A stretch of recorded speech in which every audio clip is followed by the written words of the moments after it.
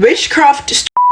Plants, my ancestors finna whoop y'all ass. They gonna whoop your kids' ass, your grandmother's ass, your grandfather's ass, your wife's ass. Louisiana voodoo story. I'm gonna tell y'all a story today about my family and its Shreveport ties, and one of the stories that I heard from my uncle while in Shreveport, Louisiana.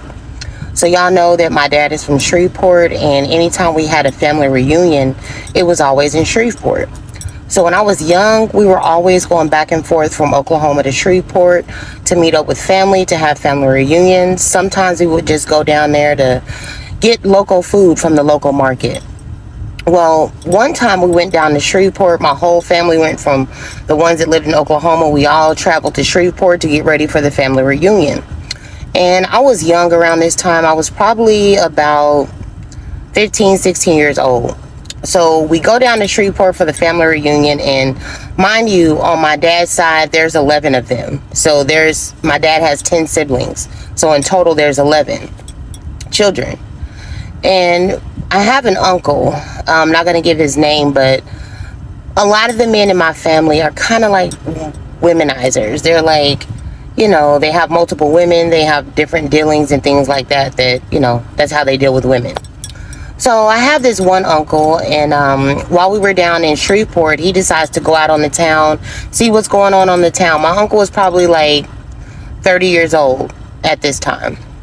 So he goes out at night, one evening he meets a young lady. So he thinks the lady, she's a pretty lady, he kind of wants to get to know her. So they decide to meet up. She gives my uncle her address, and she tells my uncle, hey, meet me at my home. We're going to hook up, meet up, and we'll get together. So my uncle's like, she's hot. She's fine, dude. Like, I'm finna go holler at this girl. This is what my uncle told my other uncles, his brothers. Like, man, she's so hot. I'm finna go meet up with this girl and see what's up. So my uncle says he pulls up in the driveway. Everything's normal. He knocks on the door, and she lets him in. So when she lets him in the house, this is a black lady. My uncle says she's very beautiful, very pretty. So he was really excited to go out with her.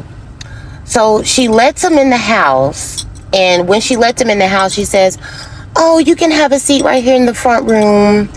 I'm just going to go back and get freshened up. And then, I guess they were going to go out or whatever they were going to do. Who knows? So she goes back. She's getting herself together. My uncle's sitting in the living room. He's just waiting. And he's just waiting like, okay, I'm trying to see when she's going to come out. She's getting freshened up. So he says when she comes out the room, she is dressed up, and she's walking from the back of the house into the front. Now, as she's walking slowly. And all of a sudden, she's looking beautiful. The outfit she has on is beautiful. But he says all of a sudden, her face starts to change. So her face changes, and she begins to levitate off the floor as she's walking. So it's almost like she's coming towards him, but she's floating. She's floating off the floor. So she's floating off the floor, literally floating. So my uncle says, he gasps, he's scared. He's like, he gets up, he gets his shit, and he gets out the front door. He gets out like just in time. He ran out that front door. He got in his car. He just said he just couldn't stop breathing. He hurried up and started his car and drove off. By the time he made it back to where the family was, where we all were, he pulled his brothers aside. He said, man, I went and met up with that woman. I don't know if she was a witch. I don't know if she's a voodoo priest or what she was, but that bitch was floating through the air, and she was coming towards me floating and shit like that. My uncle said, shit, never again. Never again. Ain't messing with these Louisiana women. Even though they were Louisiana people too. He said, never again. I ain't messing with these Louisiana bitches. Not no more. It scared the socks off of my uncle. When I tell you it scared the socks off of him, Oh my God, that was the funniest story. So of course it got through the whole family. My uncles told my aunts told my grandma told us. Like everybody was laughing during the family reunion, laughing about the story that happened to my uncle when he was running away from that woman. He went out on a date with, because she literally started floating in the air. So yeah, these are just some of the stories I have from Louisiana. This was in Shreveport, backwoods, baby. That voodoo shit. Gotta be careful.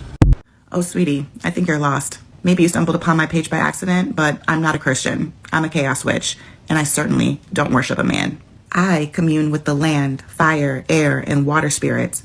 I descend into the underworld, and I co-create with the heavens. Trust me, I know you're Jesus, and from the looks of it, better than you do, because you didn't even know that Catholics are Christians. So you're really not in a position to try and educate me on the topic. It seems to me that you're clinging to a version of him that you were handed, not one that you've sought to truly understand. But that is none of my business. If you, as a black woman, want to worship a white man and condemn me for honoring and working with nature, I love that for you. Blessed be. I don't care. I don't care what anybody says. Voodoo is real. As most of you guys may know, I study theology, all sorts of religions, all of the occult, but I don't personally practice myself.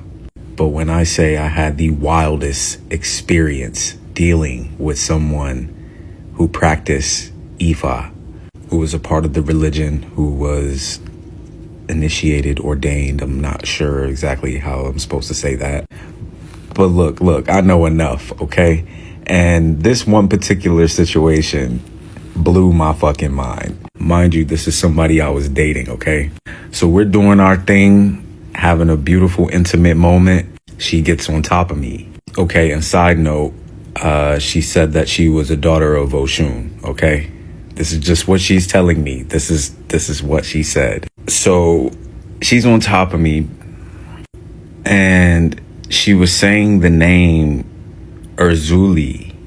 Like, I think I was in the moment, but I think I heard her saying the name multiple times. Like, I don't know what she was trying to do, but she just kept saying Erzuli, Erzuli. And from my understanding, there is a correlation between Oshun and Erzuli, if I'm not mistaken. Feel free to correct me if I'm wrong in the comments, y'all. I'm in no way trying to be disrespectful to this religion. So as she's saying it, she just kept saying it. And all of a sudden, like, outside, I could just see through the blinds, like the sky got really dark, it got really gray, and all of a sudden it just started storming out of nowhere. Lightning, thunder, everything. There was incense burning and candles on this little stand near the window, right? Yo, the window flew open.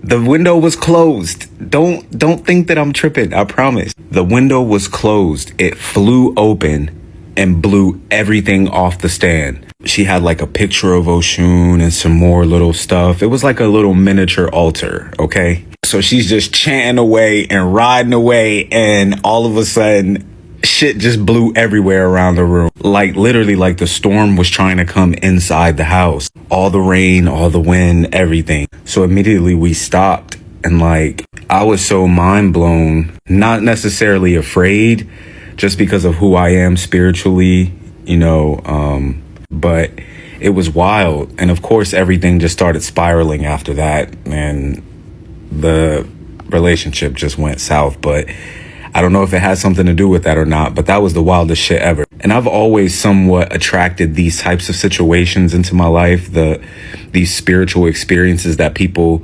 normally don't believe unless they see it. I'm usually the one that fucking sees it.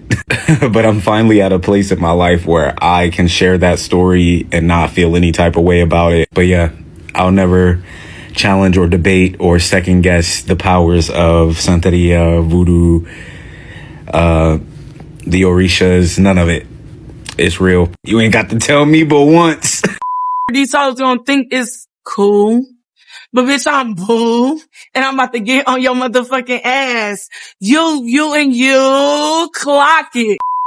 Story time on the strongest and the scariest witch I have ever met in my entire life to this day. This happened a very long time ago. This was my midnight ballerina days. I wasn't even 21 yet. I think I was like 19. I'm 34 now, so you do the math. It was a while ago. So one day, me and my girlfriend Carmen, we come into work like normal. We come in and we see this elderly woman behind the counter speaking to our manager. So me and Carmen light up. We get super excited because we're thinking we have a new house mom. If you don't know what a house mom is, it's pretty much, it's always usually, in my experience, it's an older woman, right? And she like sells everything. Shoes, bikinis, snacks, tampons, like little things like that, right? So we're excited. We race over to her because we want to be the first ones, you know, to see the goods. What you got, girl? So we run over to her, we introduce ourselves, and we're looking around and we notice like there's no like bags around. Usually these ladies carry like these gigantic suitcases with them with all their stuff in it. She only has like a little gym bag. So we're like, do you need help? We're thinking like she has stuff in the car or something. And we're like, do you need help like bringing the stuff in? And she's like, no. She was like super polite. She's like, no. And we're like, okay. So me and Carmen are like, maybe she's a vendor or something, right? Go to the back, we get ready, we come out, and Tony, my manager, calls us over. Me and Carmen walk over. Tony's like, hey, would you ladies like show her the ropes? Me and Carmen are like looking at each other, and we look at him. We're like, what do you mean show her the ropes? He's like, she's gonna dance here, show her around. And I'm like, me and Carmen immediately start laughing, right? And this wasn't to be like mean. We started laughing because we genuinely thought he was joking. This lady, I'm not trying to be mean or like bag on older people, because I've worked with some beautiful older women. Like I've worked with 50-year-old women that didn't look a day over 30 and ran laps around the 20-year-olds. We're laughing because we genuinely think he's joking. This lady looked like a grandma. I don't know how else to explain it. Like she looked like a grandma. So me and Carmen started laughing. But we noticed that they're not laughing. So we stopped laughing. So we see that they're both very serious. So immediately me and Carmen are like, oh my God, like, I'm so sorry. Like, you guys are serious. I'm so sorry. And the lady, I'm telling you, this lady was so sweet. She was like, it's okay. I actually get that a lot. So we're like, okay. After showing her around, we leave her alone in the dressing room so she can get ready, do her thing. And me and Carmen, we go off. And we're like, we weren't talking shit. I guess we were. I don't know. We were both like, what the fuck is she doing here? Like, she is going to get hurt. Literally, this lady was that old. We were worried, like, she's gonna fucking fall off the stage and hurt herself. Break a fucking hip. And then we start feeling really bad for her. I'm like, oh my God, like, who grandmama is this? She should be home eating her little abuelita cookies and drinking her hot chocolate and watching her novelas. Like, whose grandmama is this? And then we're like, oh my God, the fucking Banshees are gonna eat that fucking lady alive. Now, the Banshees were a group of mean girls that we used to work with over there, right? These bitches were just straight trouble. And we call them the Banshees because that's exactly what the fuck they sounded like when they all got together. So we actually run up to her and tell her this. We're like, look, there's this group of women that you are going to come across, and these women are just straight trouble. Stay away from them, right? Ignore them. They're gonna be mean to you. They're mean to everybody. She looks at us and she literally like chuckles and like, don't worry. I'm not worried about it. And it was the way that she said it. I can't describe it or mimic it. It was the way that she said it. It was an energy. The way that she said it gave me and Carmen both the chills. But she was so nice to me and Carmen. Like, she was literally like a grandma. She was so fucking sweet. So later on in the night, the fucking Banshees come, right? These bitches didn't even wait 5 minutes. They're already fucking with her. Me and Carmen are back there, and we're like defending the lady. We're like, dude, leave her alone. It's her first day here. Why are you fucking with her? Leave her alone. And the lady tells us to stop. The lady's like, honey, it's okay. Don't worry about it. Let them talk their shit. So like, I'm back there witnessing all this. Me and Carmen are back there watching. She's doing her makeup and these bitches are just talking shit, right? And the whole time she's just smiling, doing her like they're not there, like she doesn't hear them. So we all, go out to the floor trying to make our money or whatever. Nobody that fucking night, nobody, including me and Carmen, made money. That lady made all of the money that night, right? That lady must have walked out with at least, because we know how much the dances are worth and shit, and we were like counting them. This lady got like 6 VIPs that night, so she walked out with at least, like, after tipping everyone out, with at least $800. This goes on for 2 fucking weeks. Nobody makes money. Nobody makes money. Only that lady. So this pisses the banshees off, right? They are bullies, like straight up bullies, right? They start fucking with her shit, like taking her makeup brushes and throwing them in the toilet and cutting her bikinis and breaking her heels. Like, we had lockers, but like sometimes the lockers were really small, so we couldn't fit all her stuff in, and so they were just destroying whatever stuff she left out. So these bitches were trying to run her out the club. They were known for doing this shit. They even tried that shit with me when I first got there. So this goes on for like 2 fucking weeks, right?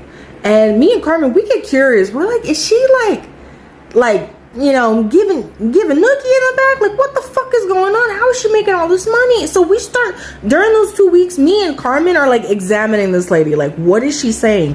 What is she doing? And I swear to God, this lady, every time she talked to someone, that the person she was talking to never spoke. I swear to God, it was like they were in a fucking trance, right? And then you would just see them get up and go to the back for a VIP. So me and Carmen are like, what the fuck? We get nosy, right? We get curious and we peek back there to see if she's like doing anything, and she's not. She's just, you know, slowly dancing, but we notice she's like, it looks like she's talking. The music is really loud back there. It looks like she's talking. These guys are just sitting there. It look like they're in a fucking trance. So like I said, for 2 weeks straight, nobody made any fucking money. So me and Carmen are like, man, fuck this. We're gonna go to another club for a little bit because we got rent to pay. So me and Carmen walk to the back to the dressing room to get our bags and stuff, right? When me and Carmen walk into that dressing room, that lady is sitting by herself in the corner of the dressing room. The way the dressing room was, it had these wraparound mirrors all around the dressing room. But when you walked in, to the immediate right was these set of lockers. So like where she was sitting, she couldn't see us, but we could see her in the reflection of the mirror. And I shit you not, I swear on everything and everyone that I love, we see this lady sitting in front of her mirror going like this, like shaking her head and going like this with her hands right in front of the mirror. And she's chanting, right? And we don't understand. Me and Carmen both speak Spanish. This isn't Spanish or English. We don't know what the fuck she's saying. So me and Carmen clock this shit. We look at each other and we like slowly back out. We're like, yeah, she's a bruja. She's doing witchcraft. That makes a lot of sense now. We wait for her to leave the dressing room and we both run back there, grab our shit and fucking go, right? Because hell's in the motherfucking nah. So after like a week of bouncing around clubs, we go back to our home club, right? And both me and Carmen have an envelope in our lockers. And there's money in the envelopes. We both got $400 each. And there's a letter from that lady thanking both me and Carmen for being nice to her. And me and Carmen are both like, oh, that is so nice. Like, wow, she didn't have to do that. That was so nice of her. So after like 3 nights of us working at our home club, we noticed that the banshees aren't there. It turns out that the week that me and Carmen were gone, one by one, those bitches were being taken out. And I apologize ahead of time for saying this with a smile on my face. Like, no one deserves these terrible things that happen to them. But these fucking bitches were a terror. Like, seriously, these bitches made work a nightmare. The ringleader of the banshees, right? She had a child and the baby died of SIDS. The second girl lost her life to domestic violence. The third girl got into a horrible car accident and could not dance ever again. The fourth girl, I guess, went to a party and had taken some stuff and lost her fucking mind and was never the same ever again. And the fifth lady ended up in prison for a long time for moving stuff for her boyfriend. So, yeah. I know 1000% with my whole heart, for a fact, it was that lady, the bruja. All those girls that were fucking with her got theirs in the end. And I know it was that lady. And me and Carmen never saw that lady again, which is really weird because in that world, dancing, especially like in LA, you eventually always end up running into the same dancers because LA is small and there's not that many clubs. We never saw that lady again. And like, I'm sorry that all those terrible things happened to those women, but the club had never been so peaceful ever. Like, that lady cleaned up shop. Come on, bitch. Yeah. Listen, let it go. My name Bishop Bowen. I got the first church, nothing but the truth. Okay, y'all, so story time about when somebody stole money off my ancestor altar. So what happened was I had just cleaned the altar, just smoked it out, put new candles up there, and he was asking me a bunch of questions like about my ancestor altar. And I was so excited because I just love when people are ready to like access their ancestors and spirituality. So he was asking me all these questions, and he's somebody who's like always around my house. And so I had went to take a shower, and it was just me and him there. So before I got in the shower, literally before I got in the shower, I literally counted out $800 and put it on my ancestor altar. So when I get out the ancestor altar, when I get out the shower, I had to pass my ancestor altar. So I looked and I saw that all the money was gone. And I'm like, I know this nigga. Like, I immediately knew. I was like, I know this nigga did not just steal my money off my ancestor altar. So, you know, we go through the whole, like, did you do it? Whatever the case may be. And he's like, no, I wouldn't do that. Blah, blah, blah, yada, yada. So I'm just like, okay, well, spirit will soon tell. So, y'all, promise you, the next day, this nigga got into 2 car accidents back to back. The first one, he like broke his arm or something, and then the second one, I don't know if I don't think he broke his neck, but something happened with his neck, and he was walking around with a neck brace. And of course he didn't tell us because, you know, we weren't talking to him, and me and my son's father, we weren't talking to him, and because we knew he did it, you know what I'm saying? So then I want to say we were close with his girlfriend. So his girlfriend calls one day. Maybe I want to say this was like maybe 3 days after this had happened. She called me and she was like, what is wrong with this nigga? And I was like, what do you mean? She was like, he's just been acting crazy. He's been acting weird. Like, I had to literally go get him. He was literally in the back in the woods with no shoes on, just like acting real loopy. And I was like, I don't know, girl. So then, like, a mutual friend of ours literally showed us a video of him standing in the street, no shoes on, like walking like a zombie, like completely disoriented. So after that, like, you know, I still stayed close to his girlfriend. I never told his girlfriend, you know, what happened about him stealing the money. You know, honestly, I just wanted to keep a close eye. Like, sometimes I get a kick out of like seeing what spirit is gonna do when you cross me. So his money was completely fucked up after that. Like, she would call me, complain, like she don't know what happened. It's just out of the blue. He just started acting weird. His money was just fucked up, and she was just like, he continues to like act crazy, act weird. Like, she didn't even really want him around anymore. Like, it was like really that bad. So moral of the story is, you fuck around and find out if you want to. Like, spirit is real. Y'all can't, this is not a game. Like, spirit will fuck your life up. Like, why would you steal from powerful forces you can't even see? So, like, them ancestor altars are real. Ancestor spirit is real, and they will fuck your life up, and there is no coming back from it. Baby, I'm a gangster too, and it takes two to tango. You don't wanna mess with me. Baby, I'm a gangster too. Okay, y'all, so this is story time of when I did witchcraft to banish a hoe out of prison, the prison that I was locked up in. And it backfired on me because the spell worked, but it backfired on me because I didn't use protection, which is what I always tell y'all to use. So once upon a time, I was in prison, and there was this bitch that I really was feeling, like I was really feeling her. So I would do anything for her. Like whenever she said she needed anything, I will buy it. When she needed food in her locker, I will buy it. She needed like clothes, I would buy it. Like I just always bought her what the fuck she needed. Or what she wanted. Like she sometimes wanted shit that she didn't need, and I would buy it for her. So anyways, yeah, I was tricking. But see, I'm the people that be like, it ain't tricking if you got it, right? So to me, it wasn't nothing. Like I like Shorty. Shorty gets what she wants, right?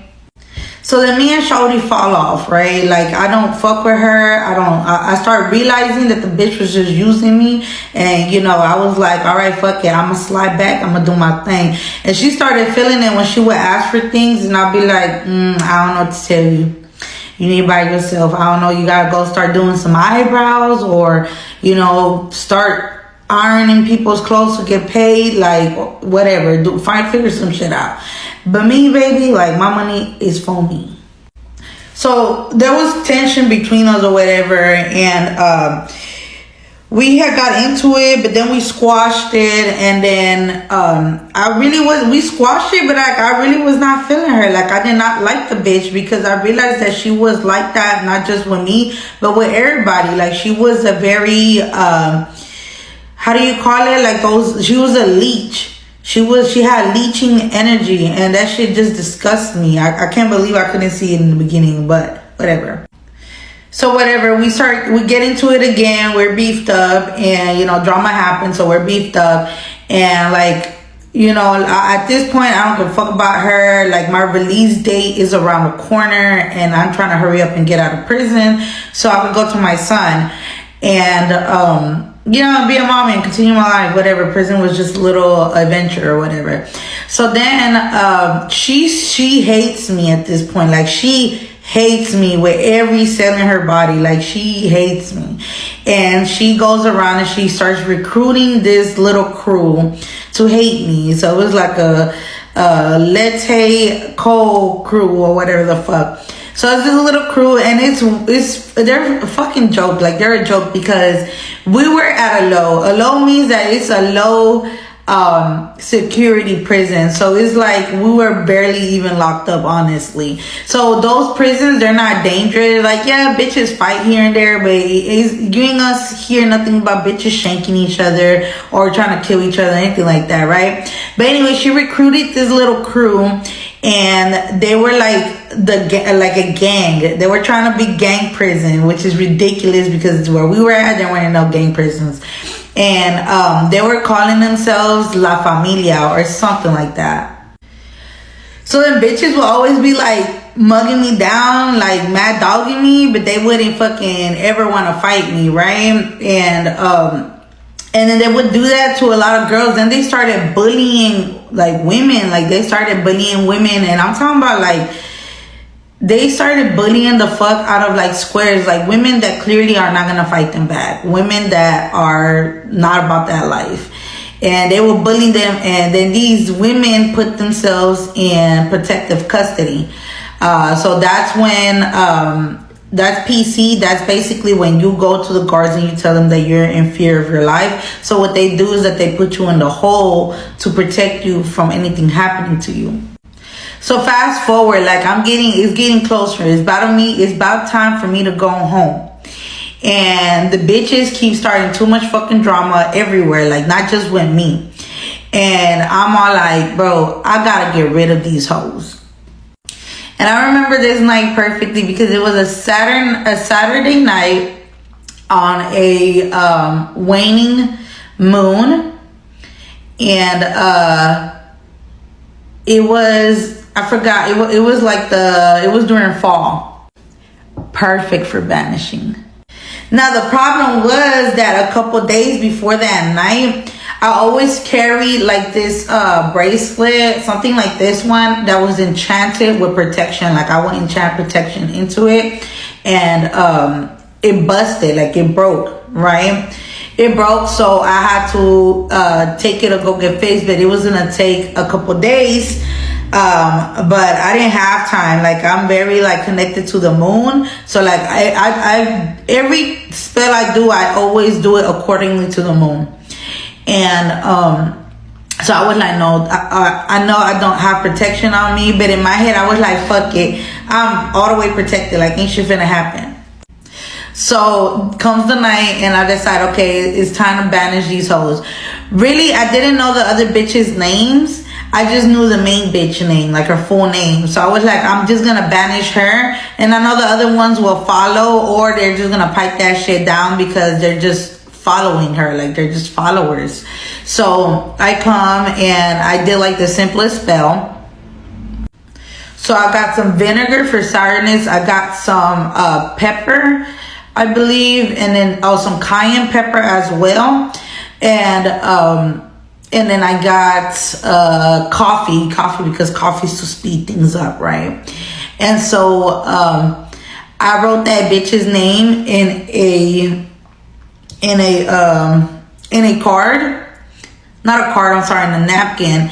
And then, I sprinkled it with the vinegar and I added the herbs to it, put it in the floor, and then I started like praying on it, right? And I started chanting what it was that I needed it to do. So then it was like 3 a.m. And so then I come and then I grab the napkin and I throw it in the trash so she could like get sent out. Oh, matter of fact, I was saying, I don't remember when it was. It was during September. Okay, yeah, so it was during the September fall. And I threw it in the trash because I'm like, okay, she's trash. This is going to be the trash being taken out. Now, the thing about it is that I don't know who the fuck, but somebody saw it. Somebody saw me at 3 a.m. doing witchcraft. And, the word spread like this. Like, it spread like this. It was the next day, it was Sunday. Next day was Sunday, and it was Sunday church. And them hoes went to church and started saying that, asking the pastor and everybody in there to pray for them because there was an evil witch in the unit that was doing witchcraft on them hoes. And the pastor was like praying for them and rebuking it, and like everybody was just praying for them. And it's funny because that night I'm in my cell reading, and then they come and they're like, bitch, them hoes were in church asking for a prayer because they said that there's an evil witch hexing them in the cell. And I'm like, no, that shit is crazy. Like, completely denying the fact that I was doing that. So I wake up, it's September 5th, and it's my baby daddy's death anniversary. And by that point, he had been passed away for I think 5 years or something like that. It was his 5th year anniversary. And I wake up and their cells are being shaken down. Like, all of their things are being put in a big green backpack, and normally they put them in those backpacks when they throw them in a hole and they're ready to ship them out. So I wake up, I go brush my teeth, and then I see that there's cells, and I'm like, what? So then I ask somebody like, hey, what's going on? Why is all these guards here? And they're like, oh, them bitches is finna get shipped out. And I was like, okay. But it backfired because all them hoes got rounded up and they're about to get shipped out except for one of them. Ooh, I only got 1 fucking minute left. Follow me for part 2, because part 2 is where everything went wrong. Damn it, y'all. I have to redo part 2 because TikTok took it down. TikTok wasn't fucking with it. So I gotta retell the story. But anyways, part 2, when I banished some bitches from prison, and it worked, but it backfired on me because I didn't use protection spell. So, man, and the last one was so funny too. I guess there's certain things I can't talk about. But anyways, so fast forward, I banished these bitches, right? I told you how I did it, right? So I banished these hoes, and I remember I just wake up, it's September 5th. I wake up, it's my baby daddy's death anniversary, right? So I wake up and I go to brush my teeth, and then I realize that their cells are being shaken down. So they're like putting all their shit together because they're about to ship these hoes out. So whatever, my spell worked, these hoes are finna be banished, I won't have to deal with them, right? Or so I thought. And this is the part where I say it's very important to use protection magic.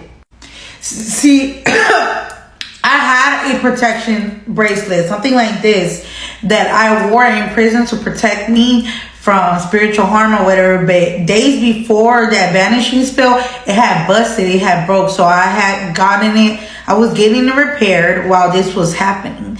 And I shouldn't have done this spell because I didn't have my protection. But I felt, you know what I'm saying, I was like a little cocky. Like I felt like them hoes can't fuck with me anyway. So I went here and I did it without my protection bracelet. So whatever, so they're getting shipped out, right? I wake up, ask one of the girls like, hey, what's going on? And the bitches are like, oh yeah, these bitches are getting they're getting shipped out. And I was like, all right, cool, whatever. So I'm all like, yeah, can't fuck with me, right? So then all of them were in the hole except for one, and she was like this big old, I gotta watch what I say right here because I don't know if this is the part that that got me violating community guidelines and got my video taken down. But she was a big woman, y'all. She was 6 feet tall, like 6'3". I'm not exaggerating. She was like 6 feet, 6'3", around there. She was like 350, shit, maybe even 400 pounds. Who knows? She was really that tall. And, you know, I'm 5 feet flat. And at that time, I was smaller. I was like 180 pounds or 170, almost 80 pounds. And then, well, yeah, so she's mad. She's big mad. Like, I mean, mad big too, but like big mad though, you know? She's livid. She's angry because she knew what time it was. Like, you know, she knew that evil witch in the unit was just doing shit and making shit happen. And she was just angry because they're losing at this point. So she's by the stairs. She's by the stairs and she's like mugging me down. And I roll my eyes or whatever. And then, I don't know, she walks to my cell. And she just proceeds to, boom, punch me in my shit. She punched me in my mouth. And yeah, from there we just started squabbling. Now I can't say what happened exactly, like, you know, because I ended up getting my last video removed. So I don't know if it was that what I said there that violated community guidelines. But anyways, we ended up fighting. And I ended up getting pepper sprayed. And so they take us and they throw my ass in the hole too. So now I'm in the hole finna get shipped out too. All because I didn't do a protection spell when I fucking was banishing these hoes. I fucking banishing myself right along with them. So it backfired. It backfired because I didn't do the protection spell. And the whole point of me like doing that, like banishing them, was so that I was going home. Like my release date was around the corner, within the month. It was like my release date was like weeks prior to that. And I was supposed to go home. And I was trying to avoid any altercation because that would stop me from going home early to my son. But then I ended up like getting in a fight with one of them hoes, so then that prolonged me and I had to wait a whole nother month before I went home to my son. I know, devastating. Very rookie move. But oh well, we live and we learn, right? But anyway, so then we're at I'm in my cell. They have me in the hole. They have me in a separate cell. And they have them hoes all together. There was like 5 or 6 of them. And they're in a different hole, like a different cell next to mine. And they're like being loud and they're screaming shit all night. And then one of them bangs on the window. And then I turn to look at that hoe and she starts laughing. And they start laughing at me. And they're like, that wherever they sent us, wherever they shipped us, they was gonna find me and I was gonna have to handle all of them, right? So they were just cracking up, laughing, having the time of their lives. And that shit pissed me the fuck off. Like, it pissed me the fuck off. Bitch, I ain't finna get the last laugh. I'ma get the last laugh, ho, because I'm a witch. What's the point if I can't get the last laugh, right? What's the point of being one? So I took my L. I was like, fuck it. I lost. Like, I'm finna get shipped out. I'm not gonna see my baby in another 10 months. But when them bitches were laughing at me, I was like, nah, I refuse. I refuse to go down like a clown. So I knock on the window and I asked one of the guards, give me a pencil and a paper. And so she did. She gave me a pencil and a paper. So by this time I had the paperwork of everything, right? So I had all their names, and I came and I had got the piece of paper, and I wrote their names on one side and I wrote my name on the other side. And then I started like, you know, putting my intention on it, and I started chanting what I chanted that night. And I ripped the paper in half, and the one with my name, no. Anyways, the one with my name, I folded it 3-fold and I put it in my pocket. And then the ones with their name, I went over to the toilet and I ripped it in like small pieces as I'm chanting down the toilet, and I flushed that shit. Don't play with a fucking witch. And then I came and I told my baby daddy, look, motherfucker, you hear me?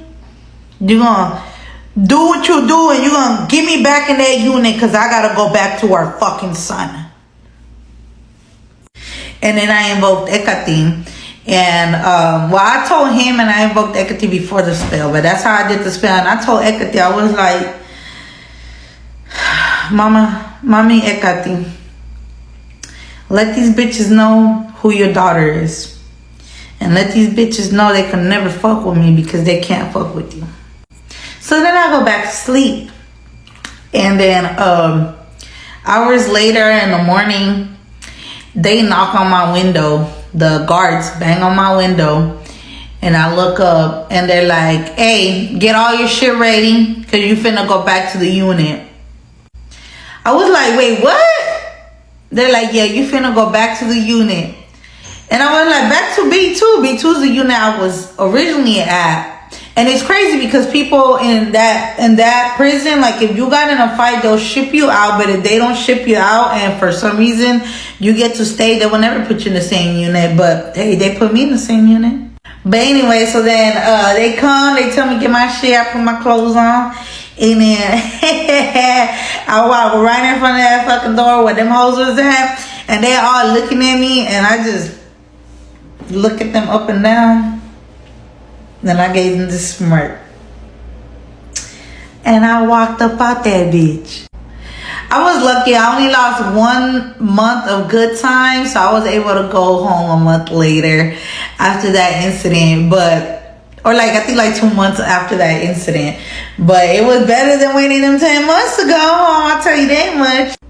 But yes, ladies, that's why I always say it's very important to use protection if you're going to be doing any kind of magic, because it backfires without the protection magic. Toodles. Sex, spell, witchcraft, witchcraft,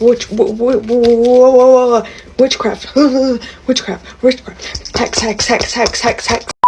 The things that people have done to you behind the scenes, and they knew that you should have been dead and gone crazy out of your mind, and when they see you out living a good life and you're still being genuine, kind, and loving, they think that you out here doing witchcraft in return. They think that you tapped into deep stuff.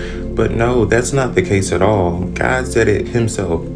Touch not my anointed and do my prophets no harm. Back in middle school, it was always middle school, I had assigned seats on the bus, and this one boy, we'll call him Tom, made it his goal to get on my ass every single day. One time he hit below the belt cut so deep, I cried, and he started laughing. I just said, God bless you, with tears rolling down my eyes. Mind you, I'm not gonna hold you. I need to be like that now as an adult, but now I said that, he busts out laughing. He was just like, y'all, this nigga said, God bless you. And everyone started laughing. Fast forward, a family friend of mine gets married to another guy, older than me. Me and this guy, we get locked in. And he picks me up one day and he was just like, hey man, I gotta pick up my homie real quick. All right, I said, all right, cool. I'm in the passenger seat of his car. We pull up to some weird area and the guy gets in the car. This is like years later. I graduated high school and stuff by then. The guy gets in the car and C was like, yo, Hanok, this is Tom. Tom, this is Hanok. I turn around like, Tom? And he was like, Hanok. Yo, how you been? Yo, bro, I'm homeless right now, kind of going through it, this and the third. I was shocked. I would not wish that on my worst enemy. And when I was looking at God, I was like, God, we could have just fought. Like, it was not that deep. But to God, it is that deep, all right? Fast forward again. I'm on my way to Quick Trip. And this Homeless guy taps me on the shoulder. I turn around. It was Tom. This time, Tom didn't even recognize me, and he was just kind of whispering things under his breath. I was just like, yo, Tom, you remember me? And he just kind of was like looking past me. I take this man inside Quick Trip. I get him some food, and I slide some money in his pocket. When I got back in the car, I was in tears, just like, dang, God, like, for real, please, like, watch over him. Like, I was hurt. And there was another time I'm at Kroger. I walk outside of Kroger and I see Tom. He's just still talking to himself, and I didn't have no money this time. So I just prayed for him and kept it pushing. When God be moving in certain people's lives, y'all got to be careful of the things that y'all say. Y'all got to be very, very careful of how you treat other people. Most of the times, there has been certain people that's done some things to me, and God has allowed me to see where they are now. And again, I would pray for them, be like, thank God, like, please, like, we should have just fought, for real. Like, God, we could have just fought. But to God, again, it is very deep. I've heard people say that God collects his children's tears. When someone is devastated and they're crying and they're going through things, God, he will vindicate your tears. Sometimes if you don't have the words and you're just crying your heart out, that is a form of prayer within itself. And God, he will vindicate you heavily. Alright, so I hate how I have to post this here, but unfortunately I need to post this here so I can find this client. I don't even know if I would call this a bad review or what I would call it, but to the client that accidentally put themselves in my anti-glamour jar, can you please, if you're seeing this, DM me? I feel so fucking bad. I cannot find your email, dude. I cannot find your email. I am searching keywords. I'm trying to just like search, and I have hundreds of emails. I feel so bad. I am so sorry. This is why I tell people to please double check the information that they're putting in these description boxes. I need the target's info, not yours. I would love to sit here and discount you for removal, because unfortunately you are going to have to get a removal, and I will put that person in the jar for free for you. We can fix all of this up. Please, if you're seeing this, reach out. I literally feel so fucking bad. Alright, so I hate how I have to... Listen to me, and listen to me well. Not because you view someone as a witchcraft worker, a spiritual practitioner, or whatever title you want to put on people, that does not mean that they are immoral. Most of the time, you who go to these people to ask for work are the immoral ones. Hear me out. I'm not judging. I never tell on a client, because that's not what I'm here for. I'm here to help, right? And I deem myself a spiritual practitioner because I do that, and I do that very well. But if it's not aligned with my belief, it's not going to work out the way you want it to work out, because it's not aligned with my belief. I do not associate myself with love spells unless they are for yourself, because I believe that the minute you love yourself, love will find you. Second of all, I also believe that if you have to put a love spell on that man, you know from heaven to earth that man don't want you. There are a lot of men walking around on God's green earth who 2, 3, 4 different women have put love spell on.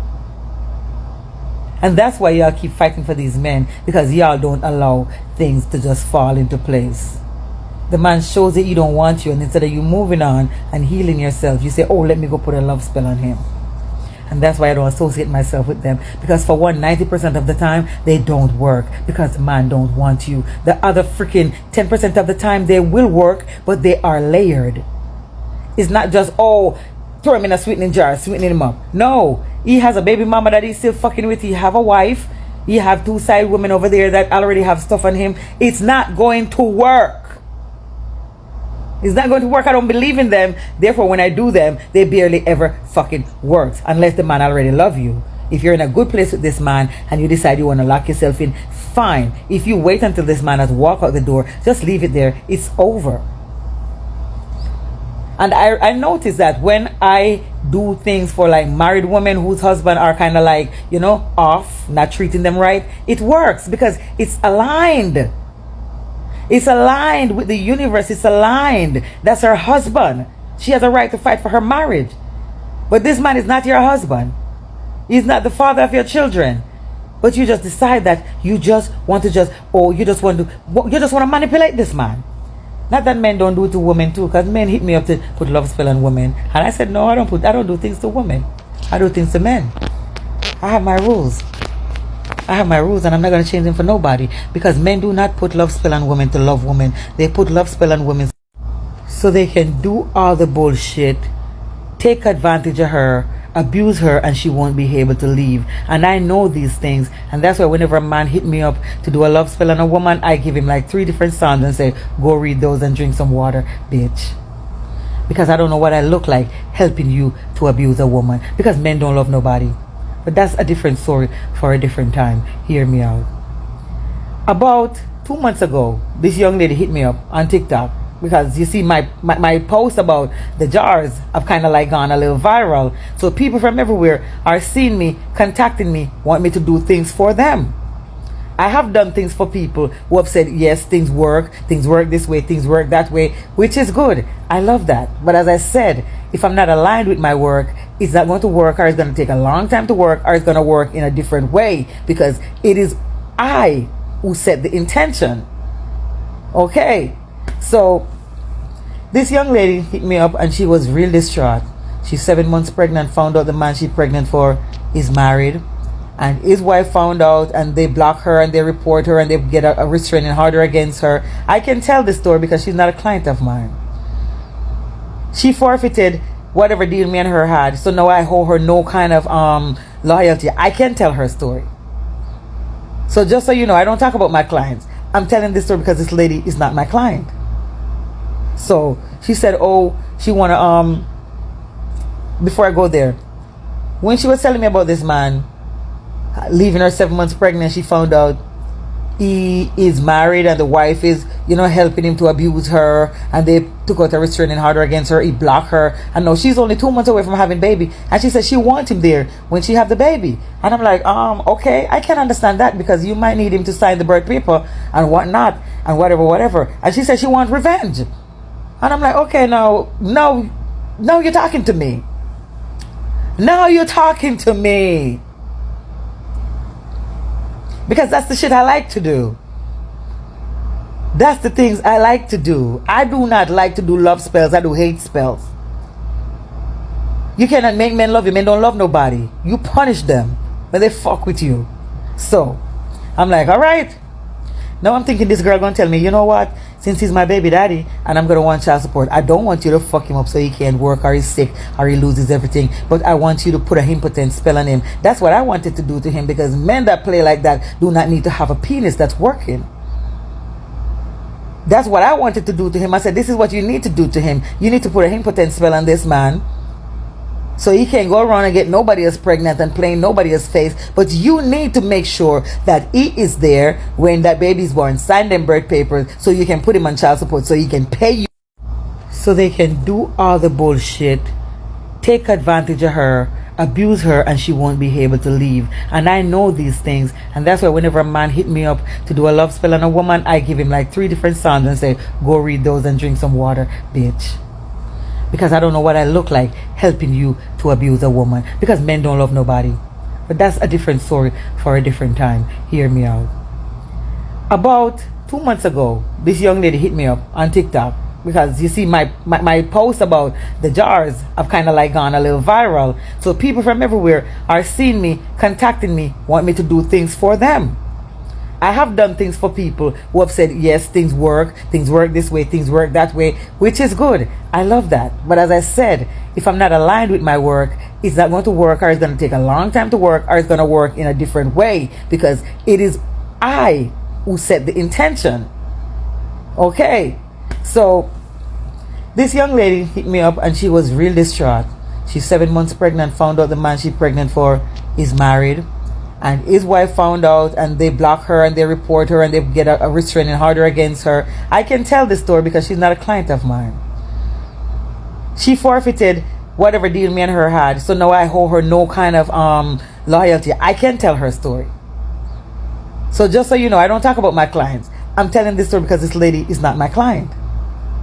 So she said, oh, she wanna before I go there, when she was telling me about this man leaving her 7 months pregnant, she found out he is married and the wife is, helping him to abuse her, and they took out a restraining order against her. He blocked her, and now she's only 2 months away from having baby, and she said she wants him there when she have the baby. And I'm like, okay, I can understand that, because you might need him to sign the birth paper and whatnot and whatever. And she said she wants revenge, and I'm like, okay, now you're talking to me. Now you're talking to me. Because that's the shit I like to do. That's the things I like to do. I do not like to do love spells. I do hate spells. You cannot make men love you. Men don't love nobody. You punish them when they fuck with you. So, I'm like, all right. Now I'm thinking this girl gonna tell me, you know what? Since he's my baby daddy and I'm gonna want child support, I don't want you to fuck him up so he can't work or he's sick or he loses everything. But I want you to put a impotent spell on him. That's what I wanted to do to him, because men that play like that do not need to have a penis that's working. That's what I wanted to do to him. I said, this is what you need to do to him. You need to put a impotent spell on this man so he can't go around and get nobody else pregnant and playing nobody else's face. But you need to make sure that he is there when that baby is born. Sign them birth papers so you can put him on child support so he can pay you. She asked me how long it's going to take. I said, I do not know how long it's going to take. These things are different, because now this man have another woman in his ears, and I'm certain that this other woman is out there doing stuff too. Because why wouldn't she? You don't know the things that women do to keep their marriages together. She's not going to just let you walk in. And if you think that you have the mind to come here and try to take him from her, but she don't have the mind to go somewhere and separate you from him, you're fucking stupid. You're fighting an uphill battle. This woman is not going to just give up her husband like that. You are not paying me enough money for me to do all this work, because this is a lot of work. Okay, so she sent me some money, and I said, all right, I'm gonna get you and this man back on talking terms so y'all could hash shit out. How long it's gonna take? I said, hey, I don't know. I did one for a lady a few days ago. The man was back talking to her in 4 days. I don't know how long yours gonna take. But that other lady that I did that for was a married woman. That man was her husband. Remember, I said it's different when this man is your husband. You cannot fight for somebody else's man. That's not how spirits work. That's not how this thing works. You cannot remove this man's wife. Something bad is going to come back to you. So she said, okay, I did this shit. I told her, I sent her proof. I think it was like 3 or 4 days after she texted me and said, oh, I still haven't seen anything. I said, just go and live in your life. He's a narcissist. Narcissists always come back. Even if I didn't do nothing, he was going to come back. But most of the time they wait until you have the baby. That's how these narcissists are. But I did stuff. So you have to allow things to work. Another couple of days she said, oh, whatever. And she was acting up. I said, shit only work when you let them work. I got the hick. I got the hick that even if it's going to work, it was never going to work. Because at this point, she's throwing things off. So I'm here and I'm not paying this girl any mind. I realize she blocked me on WhatsApp. I'm not paying this fucking bitch no mind. Somebody else PayPal me some money to do some other work. When I went to PayPal, the amount of money I was supposed to get was short some money. I'm like, what happened? I looked, this girl went back and requested her money back, saying she didn't get what I was supposed to give her. A week after, 1 fucking week. 1 week after, she wanted me to be Jesus Christ and sent her back somebody's fucking husband.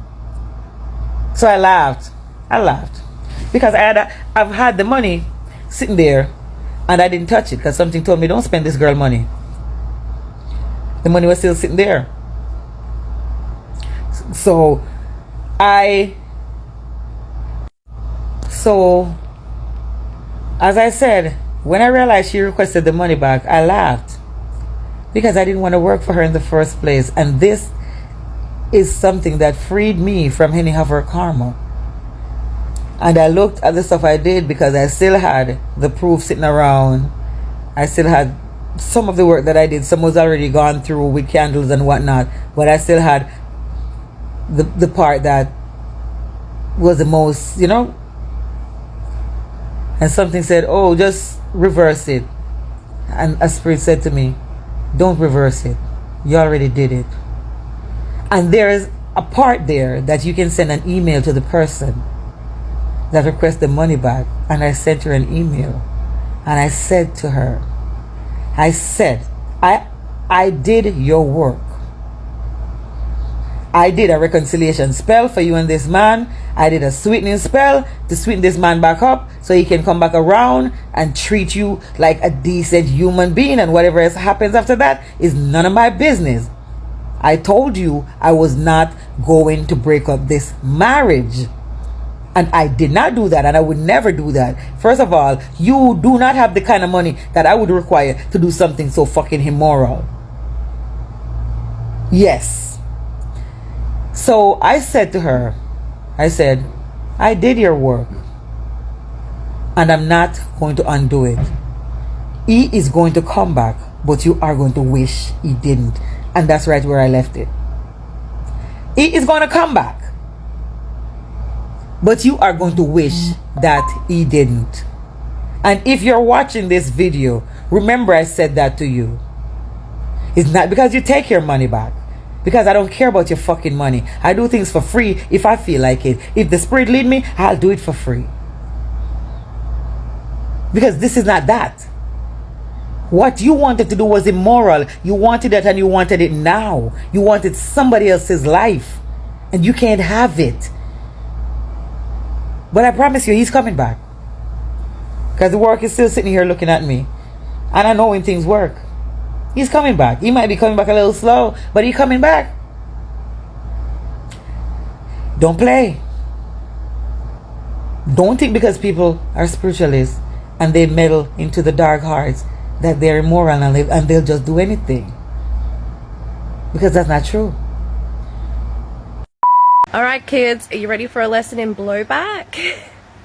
So I made a really rookie error when I made this video. If you go back and watch it, this hex, at the end I spit on the banana, and that is a sign of disrespect, and I'm also activating the hex with my RNA energy, my RNA. Except because I was so caught up with filming it, I wasn't concentrating, and so I actually ended up using my DNA, which is a really fucking stupid thing to do, because it blew back on me and this happened. So this should have happened to his dick. Instead it's happening to me. So how do we fix it? Lucky for me, it just started raining.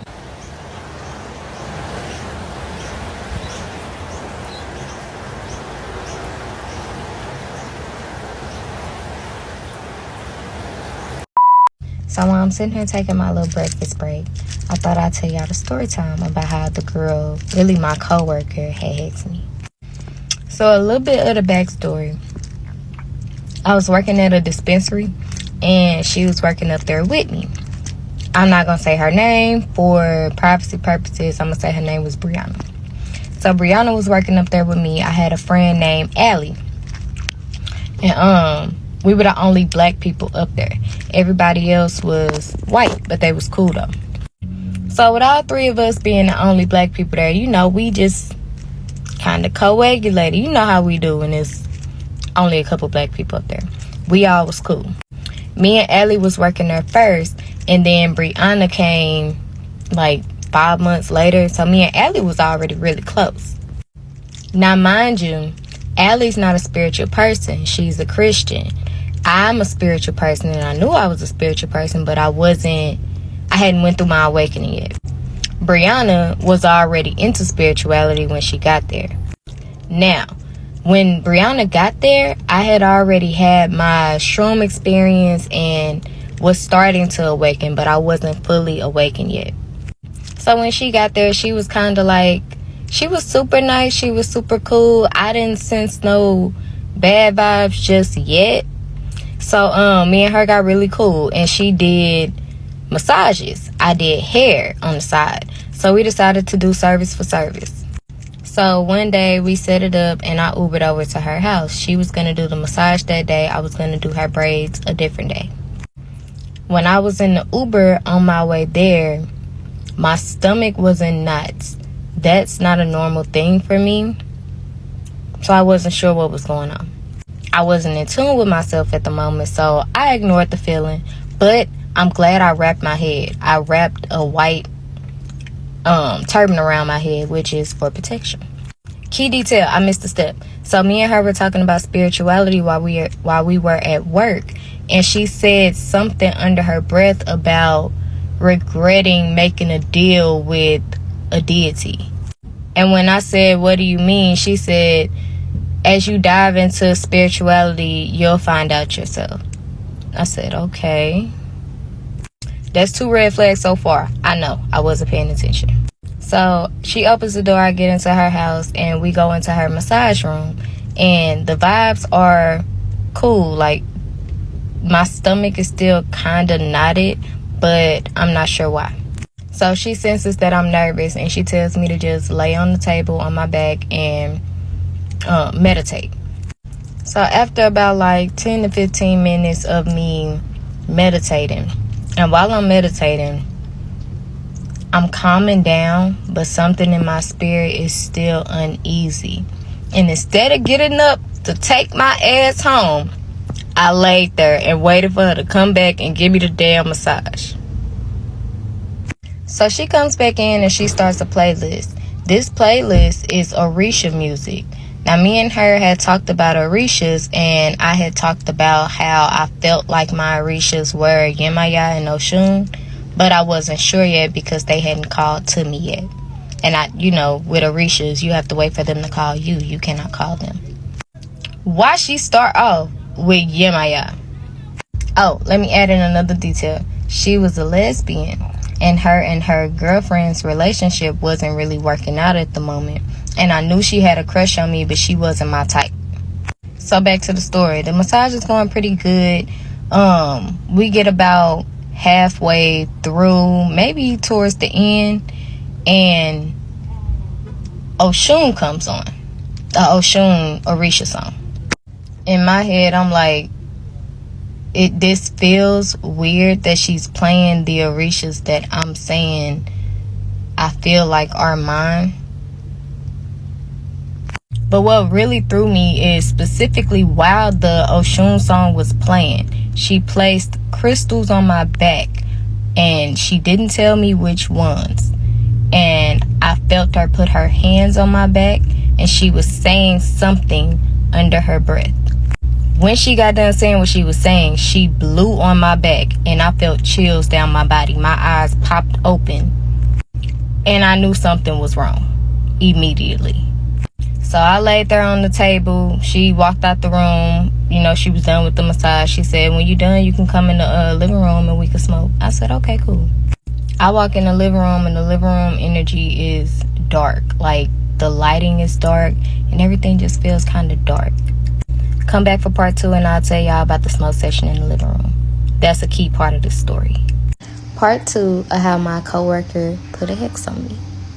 So when we left off, we got done with the massage, and she invited me into the living room for a smoke session.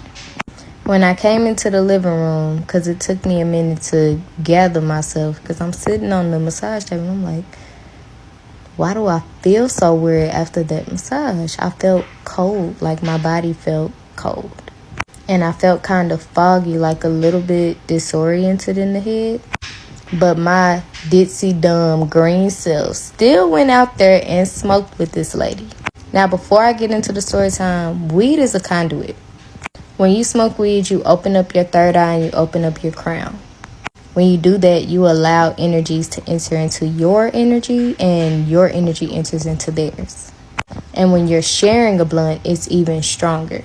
So we were rolling up separately, but we were going to smoke together. Let me set up the scene. So there's a round table in her dining room, which is off of her living room. When you walk through her living room, you come into her dining room right here. This is where we are in the dining room at the circular table. I'm sitting on one side of the table, and then she's on this side. There's nobody in front of me, and there's nobody to my left. The energy in that room is dark. The blinds are open, and it's still dark in that room. It made no sense for it to be that dark. It's midday. It's sunny outside. Why is it dark in this room like this? She put on some show for background noise, and I don't remember what the show was because we were barely watching the show. And we started just talking as we rolling up, talking about normal stuff that we would normally be talking about. Nothing was weird yet, conversation-wise. Now, I still felt weird, but nothing was weird conversation-wise yet. So we spark up, and you know, once you start smoking and once you get like halfway through the blunt, that's when conversations start happening, high conversations start happening. And we were talking about spirituality, and she was talking about how her awakening happened, and I was talking about how I'm awakening at the moment. My body's starting to ease some, and I think it was because of the weed. Not because everything was okay. It was because the weed calmed my anxiety down. But something still ain't feel right. And as we're talking, as the conversation is going, she mentions about her relationship with her girlfriend. And I was like, well, you know, why don't y'all just break up? Because she had cheated on her. And I was like, you know she cheating on you. She's acting like she didn't. And you're pretending that you don't know. What's the purpose? Because I'm the type that's just going to leave somebody if I know that they cheating on me and I got proof. I'm going to leave. She was like, no, one, I kind of want to get my get back, but at the same time, I do just want to leave. And on top of that, the girlfriend was paying the bills, majority of the bills. So she couldn't just up and leave if she wanted to. So that would put somebody in a desperate energy. So as the conversation keeps going, I'm talking about my situation, love-wise, and I was single at the moment. Me and the dude that I was previously with, we were just friends. And then randomly this cat jumps up in my lap, and this cat has green eyes and it's just looking at me, and I'm looking at it. So I start petting and rubbing the cat. I'm like, oh, but maybe she just wants some love, you know. This is the girlfriend's cat, mind you. This is not her cat. This is not Brianna's cat. Brianna doesn't like cats. She doesn't like this cat that's sitting on me. All of a sudden, there was a shift in the room, and it felt like we were center stage, and I was sitting at the devil's table. That's the best way that I can explain this feeling that I felt while sitting at this table. And then she says, I want to leave her, but if I were to go with somebody else, I would want for that person to be a creative person. I would want them to have aspirations. I would want them to be spiritually gifted and be in alignment with me. And what I would want to do is mold them and turn them into what I would like them to be. So I'm sitting there and I'm looking at her, and in my head I'm like, she talking about me. And I was so high, and it felt like I was under a truth spell or something. I said what I was thinking out loud. I said, she talking about me out loud. And she looked at me, and I looked at her. And then I looked down, and this cat is looking up at me, and it's like this cat is communicating with me. This cat want me to get the hell on. The cat not being mean or nothing, but the cat is just like looking up and staring me in my eyes. Like, girl, get the fuck out of here. So, like 5 minutes after that, because I had to kind of play it off like I didn't hear what the fuck I just heard. I skipped over that, glazed over that, but I heard it. And I took note. I looked at the time. I was like, well, it's about 3:30, so I'm going to go ahead and go. And she was like, okay, well, I'll see you on Monday. And I was like, see you on Monday.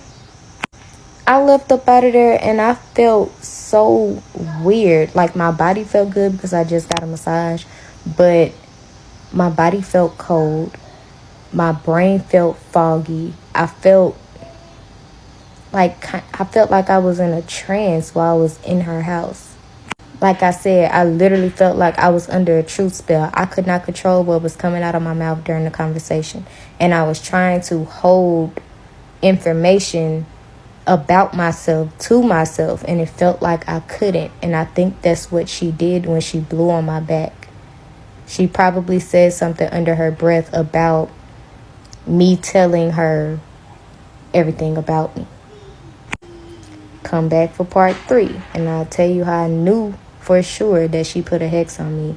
Okay, my bad, y'all. I know I took a long time to come back with part 3. I'm sorry, life got busy. So we left off with me leaving her house and me still feeling weird and my body feeling cold and just foggy and like kind of like I was still stuck in a trance. So when I got home, I was really sleepy. So I took a nap. I really should have just stayed awake because I had sleep paralysis when I had this damn nap, and I saw some shit I didn't want to see. I don't like to talk about my dreams, so I'm not going to tell y'all, but it was a nightmare and it was paranormal. So when I woke up, because it was really hard for me to get out of the trance that I was in when I woke up. You know how when you wake up, you just kind of stuck in that foggy state, and it's really hard for you to get up, like a weed coma. Well, I guess it was a weed coma because I did smoke weed. So when I got up from that, I had to force myself out of that. But when I got up from that, I went and immediately lit my Palo Santo and got to praying. And as I was praying, I received the message that something was on me. I knew immediately that my instincts was right. That girl put a hex on me. But it wasn't just a hex. It was a destiny swap. So once I figured out what she did and how she did it, because I went and I spoke to my ancestors and I was like, okay, y'all, what I do? I was very new to spirituality, so I didn't know exactly what to do. I had never had anything like that happen to me before, so I had to ask for help. I didn't have a physical guide. I've never had a physical guide. It was always spiritual. So y'all, I had to look some stuff up. I was very new to spirituality. I had never done a spell or anything like that. So I looked up some stuff on spiritual TikTok. And what I looked up, I found, like, you know, putting somebody in a jar and putting their name in your shoe. Yeah, that's the stuff that I found. And I asked if I was supposed to do that. My ancestor said no. All you need to do is return to sender and do a protection spell over you. So that's exactly what I did. I took me a white candle and I put intentions over it, and I used lavender as a banishment of negative energy. And after I lit my candle, I took my candle into the bathroom and I made myself a herbal bath. This is when I was actually like sitting in the water, but now I don't do that. I just brew it and pour it over myself. But at that time, I made myself a physical herbal bath, and I put chamomile for calming the spiritual body, and I also put lavender to banish negative energy. And what I did was I sat in that bath and I prayed and I meditated over myself and over my situation, and I asked for anything that was sent my way to be returned back to the sender. It is no longer mine, and I released it. And when I got done with that, I read out a petition which basically said the same thing, and I signed it.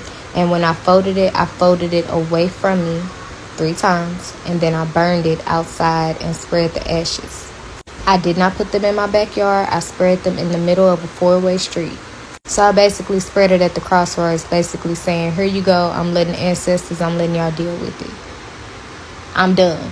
I released it, I let it go, I'm done with it. Now this only works if you allow for yourself to release it.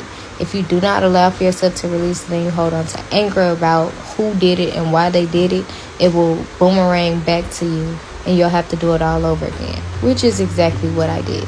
And the only reason I still held like a bitterness is because I had to see this bitch every day at work.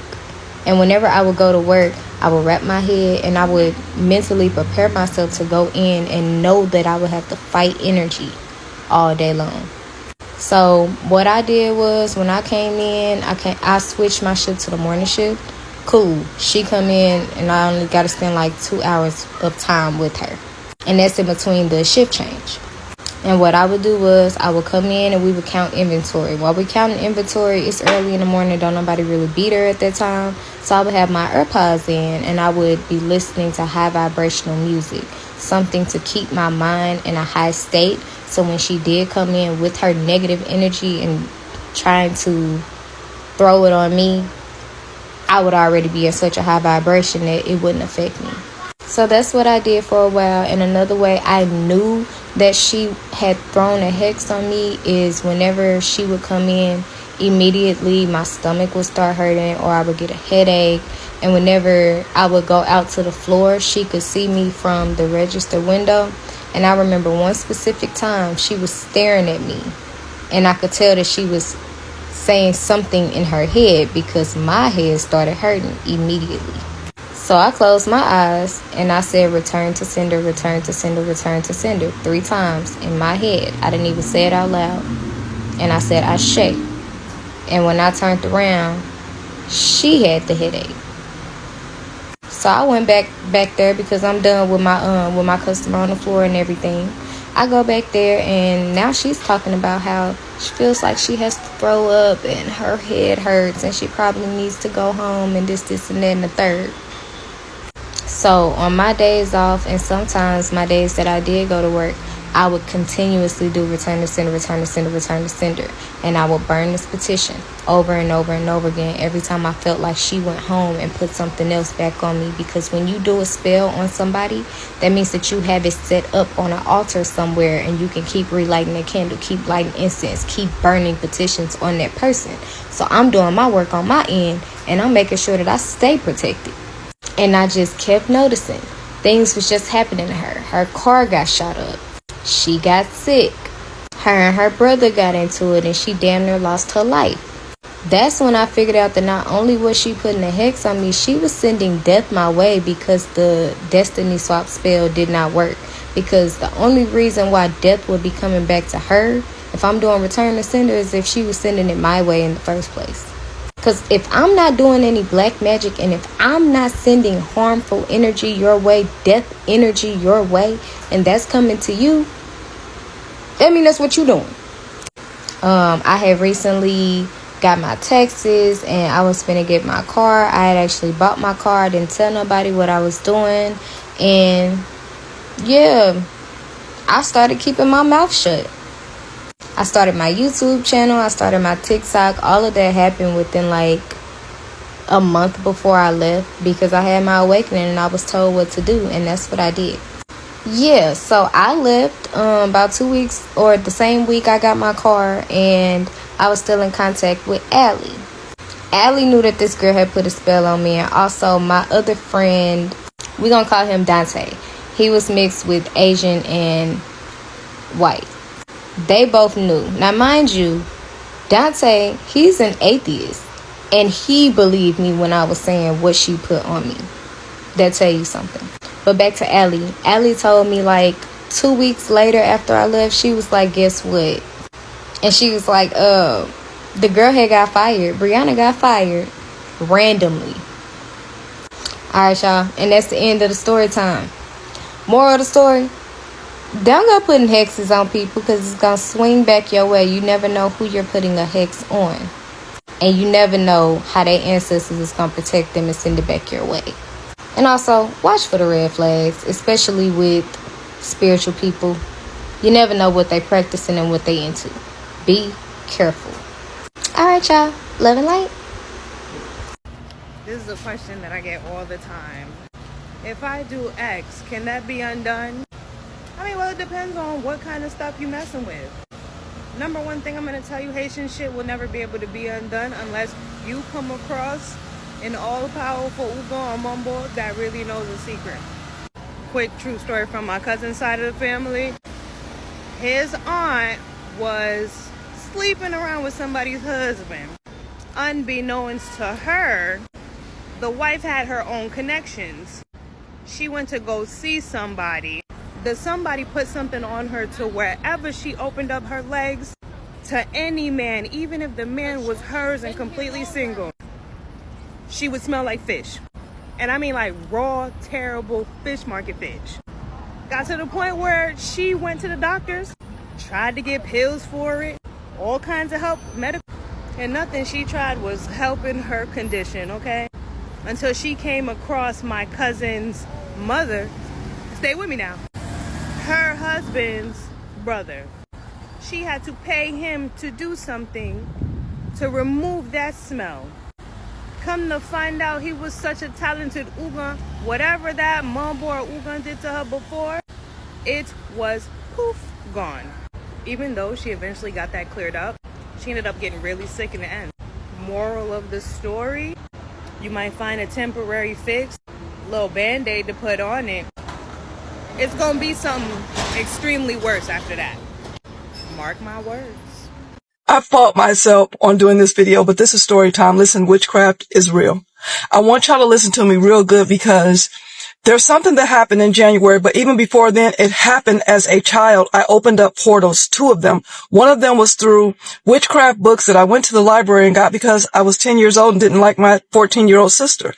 Sibling rivalry. That's normal. But I wanted to cast a spell on her. I wanted to do telekinesis. So I started trying to read things. The spell didn't work because I didn't know what the heck I was doing. Second portal I opened was the kids that lived down the street from us, 2 doors down. They had a Ouija board. We would play with that Ouija board all the time. Again, opening portals, didn't know it, allowing evil in.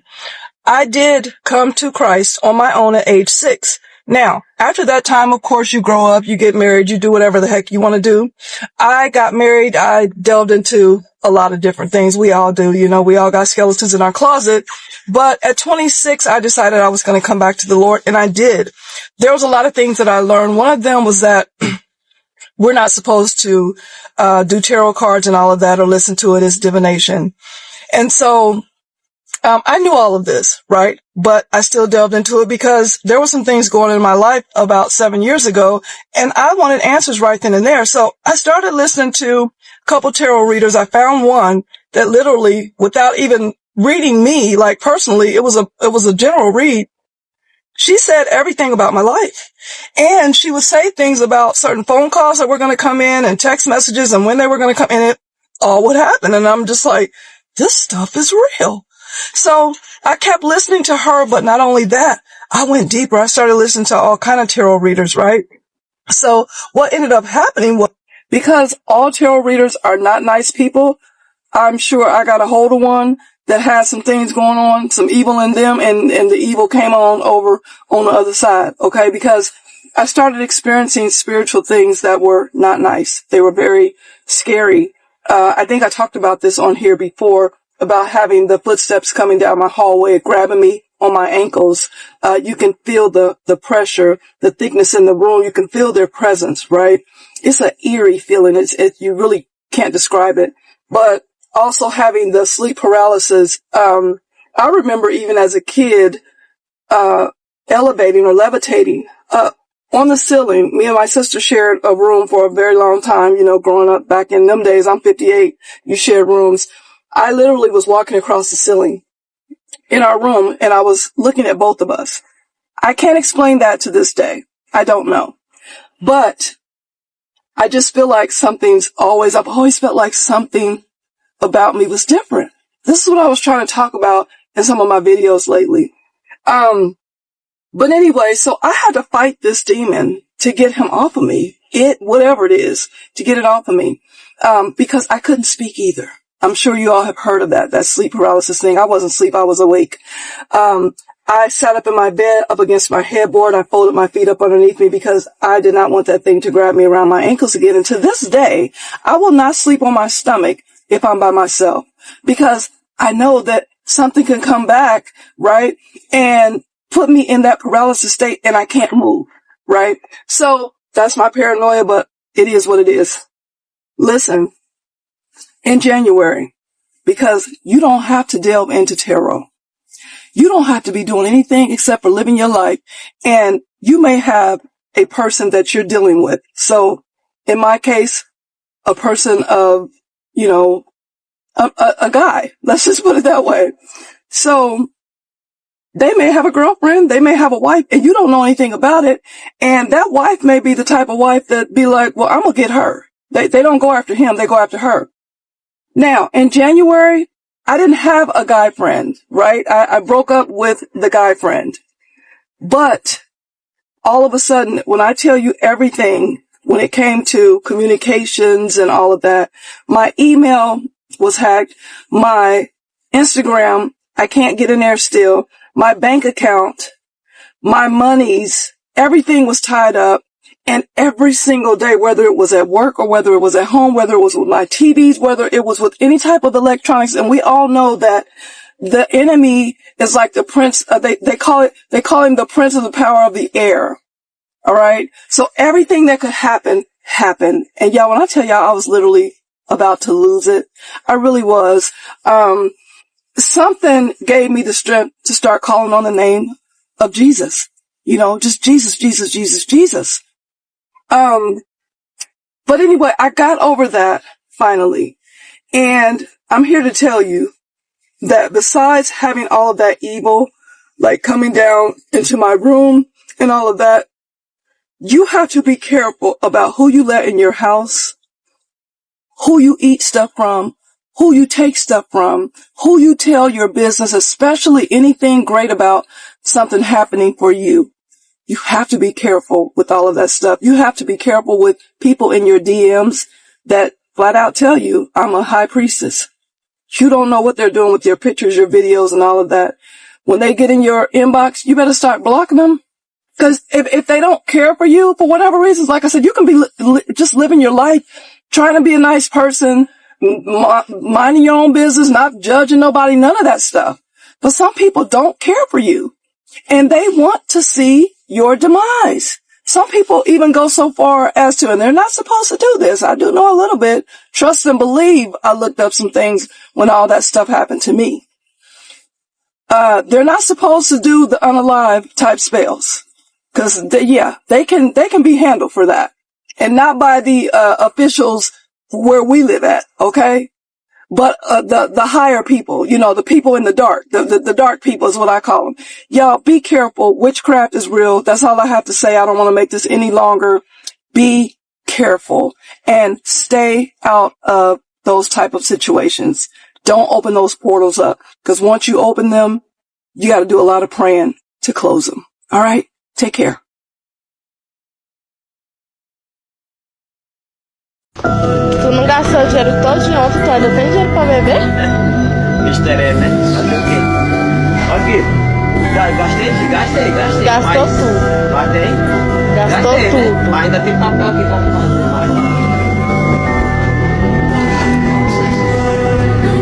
Vou tentar, né? É pra questão de hoje. E aqui que ele vai dizer, não. Vou tentar aqui fazer a foto.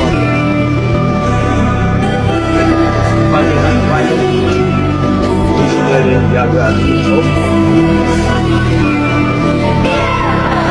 Tem muito dinheiro.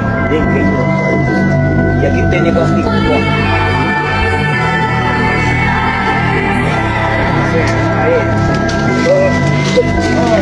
Agora a mensagem é meu, que tu gastou ontem. Tem 3 mil contas aqui. Sabe bem? A metade é meu. Valeu. This lady got into an argument with my dad and we woke up to this in front of the RV. That's what it broke down 2 days later. Collecting all the fucking pine needles.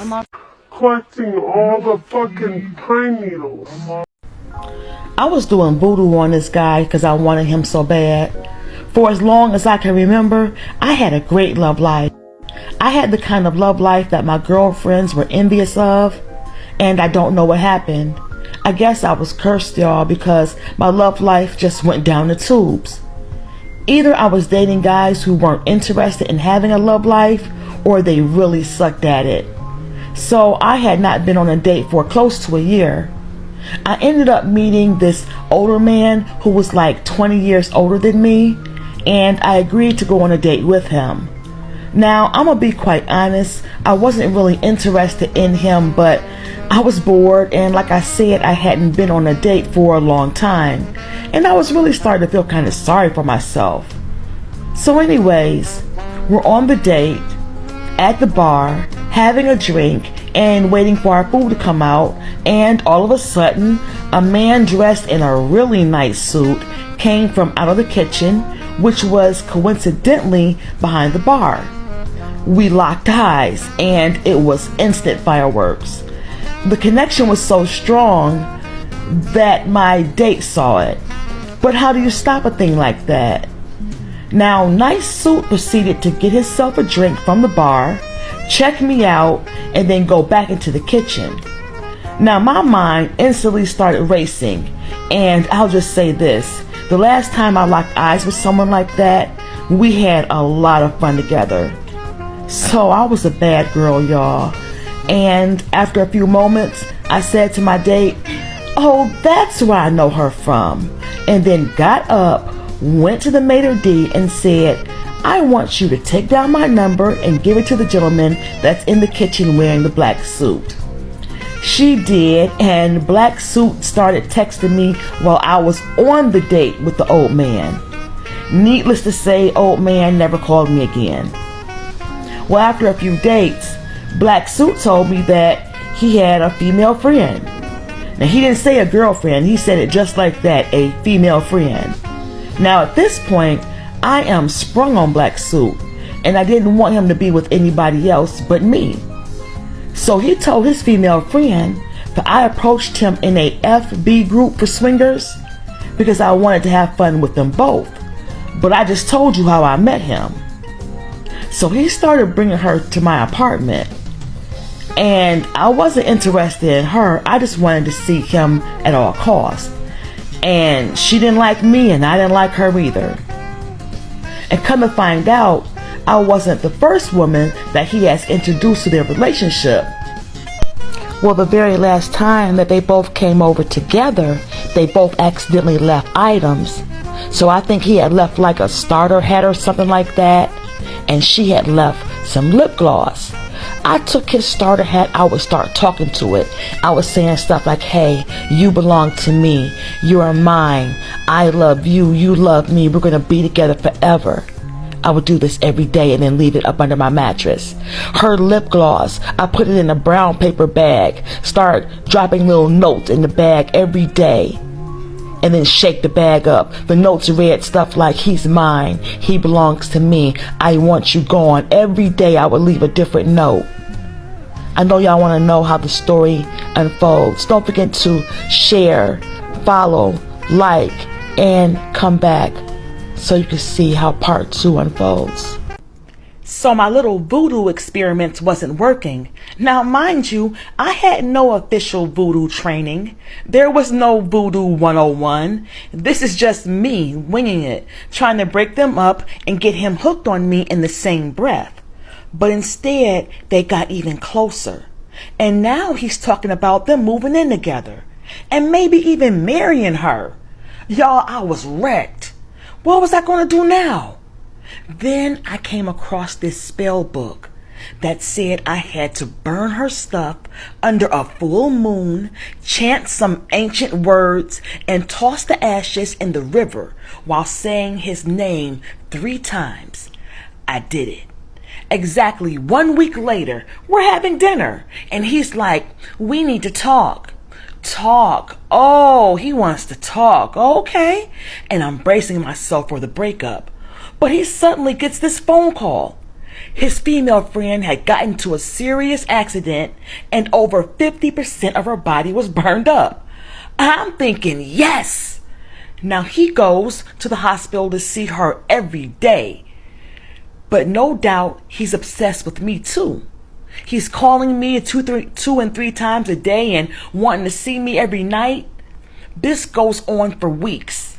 Then one night he says it's a miracle and she's starting to pull through. He's all grateful for my support, but he thinks if he focuses on her more, she might recover faster. And now I know what I gotta do. And it's got nothing to do with voodoo. Story time on how I found out that my high school best friend was doing witchcraft on me. Quick disclaimer before we get into the story. I understand that not everyone believes in supernatural things and like spiritual warfare and things like that, but I do. So if you don't believe, then just keep scrolling. Don't come over here trying to invalidate my experience, okay? So let's get right into it because I've been waiting a lifetime to tell my story. So I met her my freshman year of high school back in 2004. The way that we met was we both were bused to a school in a different area. So we lived in the same neighborhood, And so we would have to ride the school bus like way up north to go to school. So eventually we, started talking and we clicked instantly. We became like sisters. Like we would spend the night at each other's houses, tell each other all our secrets. We were literally like two peas in a pod. Over time, I started to notice that this girl would always try to like throw little microaggressive insults at me, or like downplay my accomplishments, or just like compete with me on the low. But me being young and dumb and naive, I didn't really notice it. I kind of just brushed it off, I guess. But my mom would always tell me like, this girl does not really like you. You need to cut her off. Like, she's a hater. But I didn't believe it. I thought this was my best friend. So I just continued to let it go on. Fast forward to years later, after we already graduated high school and started to do our own thing, I started getting into modeling and doing like photo shoots and trying to build my portfolio and things like that. And I guess she was jealous of that. So she would always go on social media and try to like throw shots at me. And I was a teen mom. I did have a baby in high school. And so she would like throw little insults about that and be like, bitches need to worry about their baby and stop trying to be models and shit, and like little stupid shit like that. So one day I text her and I told her like, are you talking about me on your status or whatever? Because she posted it on Facebook. And she was just like, she immediately got defensive. She was just like, no, nobody's talking about you, but if the shoe fits, then wear it, bitch, and da-da-da-da. And I'm just like, whoa, calm down, like, So it turned into this big altercation. And then eventually I just told her like, because you think you're better than me, God is gonna make sure that I rise above you. So after I said that, she got offended and was just like, well, rise above then, bitch, I don't care. And then we hadn't talked to each other anymore after that. I cut her off. I went my own way, minded my own business. Fast forward to like, I want to say 3-4 years later, I ended up going viral on the internet for a selfie that I posted. Many of you probably seen the picture. I might insert it in here, I don't know. So I amassed like this large amount of followers on Instagram. I think I went from having like 15K to like 180,000 followers or something like that. At this point, I'm not even thinking about this girl. I forget all about her because we hadn't communicated in so long. So I'm not thinking about this girl, but her sister ends up contacting me, like her little sister that's still in high school. And she's just like, I don't want nothing to do with the beef between you and my sister. I don't have nothing to do with that. Can you do my hair? Because I was like really good at doing hair at the time. So she was just like, can you do my hair? And I'm just like, yeah, sure. I don't mind. I don't have no problem with you. So it became a reoccurring theme of her sister coming to my house like every month to get her hair done. And eventually someone started like harassing me from fake accounts on social media. And immediately I'm thinking it's the little sister because she's the only one that's been coming to my house. And I'm not thinking about my ex-best friend at this point. I'm thinking she's minding her business too and living her life, So I end up confronting the little sister one day and I message her and I'm like, is that you messaging me from these fake pages? Because you're the only one that's been to my house. No one really comes to my house like that. So it has to be you. And it's not even dawning on me that it's the ex-best friend doing all this. Mind you, the things that were being said to me behind these fake pages are things that only my ex-best friend and her little sister would know. They're the only people that I really invited over to my house. So after that, she stopped coming to get her hair done. Continue to just do me, I'm steady like rising up on social media and like getting all these followers. I ended up opening online stores and like utilizing my platform to like make money and things like that. I'm balling out of control. I'm feeling myself, And then all of a sudden, everything just out of nowhere just starts falling apart for me. Like out of nowhere, like my transmission goes out on my car. I ended up getting evicted from my place. My sales started to decrease. I started getting sick. All kinds of crazy stuff just starts happening. So at this point, I end up having to go move in with my boyfriend's family. And I start having these nightmares, like really, really bad nightmares about like somebody throwing like darts and arrows at my back and just all kind of crazy stuff. So at this point, I'm just like, what the heck is going on? So I start getting psychic readings to try and like figure out like what's going on. I don't know what even possessed me to want to do that, but that's what I did. I got a reading and they started describing the person to me and saying like, yeah, someone that you've been knowing for a very long time has been like stalking you from fake pages and like sending you negative energy. And like they've been paying some man to put hexes and spells on you. So at the time, I'm thinking it's my boyfriend's sister because she's like heavy into like I don't want to say witchcraft, but like, you know, spiritual work and stuff like that. She has like a whole ancestral altar. She's lighting candles and she into doing jars and all that type of stuff. So I'm thinking like it's my boyfriend's sister because I already kind of sensed that the sister was a little envious of me and she would always, you know, try to compete with me and stuff. So I'm thinking it's the sister. And then not to mention, I forgot when I was living with his family, the sister and I ended up getting into it and we ended up leaving.